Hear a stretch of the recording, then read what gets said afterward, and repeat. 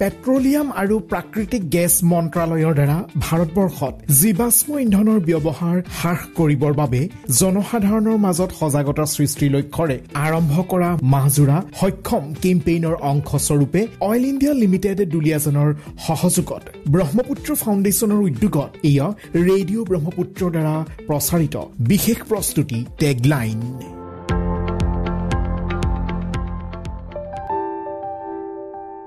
নমস্কাৰ প্ৰিয় শ্ৰোতা বন্ধু, আপুনি শুনি আছে 90.4 FM ৰেডিঅ' ব্ৰহ্মপুত্ৰ শৰ্মিষ্ঠাৰ সৈতে। আজি আমি আলোচনা কৰিম ইন্ধন ৰাহি বা ফুৱেল ইফিচিয়েণ্ট বাহন আৰু ইন্ধনৰ বৈকল্পিক শক্তিৰ উৎস সম্পৰ্কে।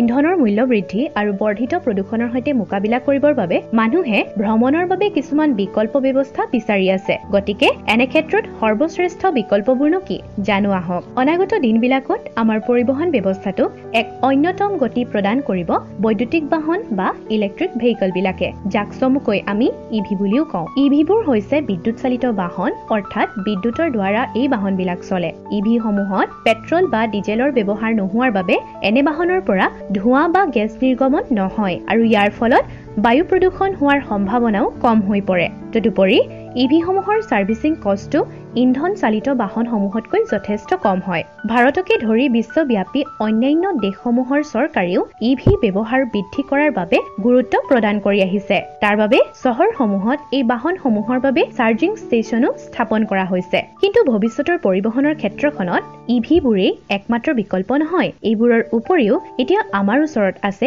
CNG, হাইড্ৰজেন ইন্ধন আৰু জৈৱ ইন্ধনৰ দৰে অন্যান্য বিকল্পসমূহো। অন্য এক বিকল্প হ'ল ইথানল আৰু বায়'ডিজেল। এই জৈৱ ইন্ধনবোৰ উদ্ভিদৰ পৰা তৈয়াৰ কৰা হয়। এইবোৰ নৱীকৰণযোগ্য অৰ্থাৎ ৰিনিউৱেবল এনাৰ্জি চ'ৰ্চ, লগতে বহনক্ষম আৰু পৰিৱেশ অনুকূলো হয়। সাম্প্ৰতিক সময়ত আকৌ বহুতো কোম্পানীয়ে ফ্লেক্স ফুৱেল ইঞ্জিনৰ ওপৰতো কাম কৰি আছে, যি একাধিক ইন্ধনৰ দ্বাৰা চালিত হ'ব আৰু গ্ৰাহকসকলক ই অধিক বিকল্প প্ৰদান কৰিব। আপুনি জানেনে, চৰকাৰে পৰিষ্কাৰ ইন্ধন বা ক্লিন ফুৱেল অধিক মাত্ৰাত প্ৰচলন কৰিবৰ বাবে বিভিন্ন ব্যৱস্থা গ্ৰহণ কৰিছে। এইসমূহৰ ভিতৰত অন্যতম হৈছে ইভি বাহন ক্ৰেতাৰ বাবে ৰাজ সাহায্য আৰু টেক্স ৰিলেক্সেশ্যনৰ ব্যৱস্থা কৰিছে। চহৰসমূহত চাৰ্জিং ষ্টেচন আৰু CNG পাম্পৰ দ্ৰুত সম্প্ৰসাৰণ কৰিছে। পেট্ৰল আৰু ডিজেলত জৈৱ ইন্ধন মিহলি কৰাৰ লগতে আমদানিৰ ওপৰত নিৰ্ভৰশীলতা হ্ৰাস কৰা নীতি প্ৰৱৰ্তন কৰিছে। ক্লিন এনাৰ্জি বা পৰিষ্কাৰ ইন্ধনৰ ব্যৱহাৰ কেৱল পৰিৱেশৰ বাবে লাভদায়ক নহয়,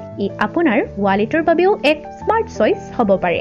গতিকে আপুনিও নতুন বাহন কিনাৰ কথা ভাবিছে নেকি? যদি ভাবিছে তেন্তে ইভি বা CNG চালিত বাহনহে ক্ৰয় কৰক। লগতে ইথানল মিশ্ৰিত পেট্ৰল বাছনি কৰি জৈৱ ইন্ধন সঞ্চয়ৰ এই অভিযানৰ অংশ হওক। মনত ৰাখিব, প্ৰদূষণমুক্ত গাড়ী চলাওক আৰু পৰিষ্কাৰ বায়ু সেৱন কৰক।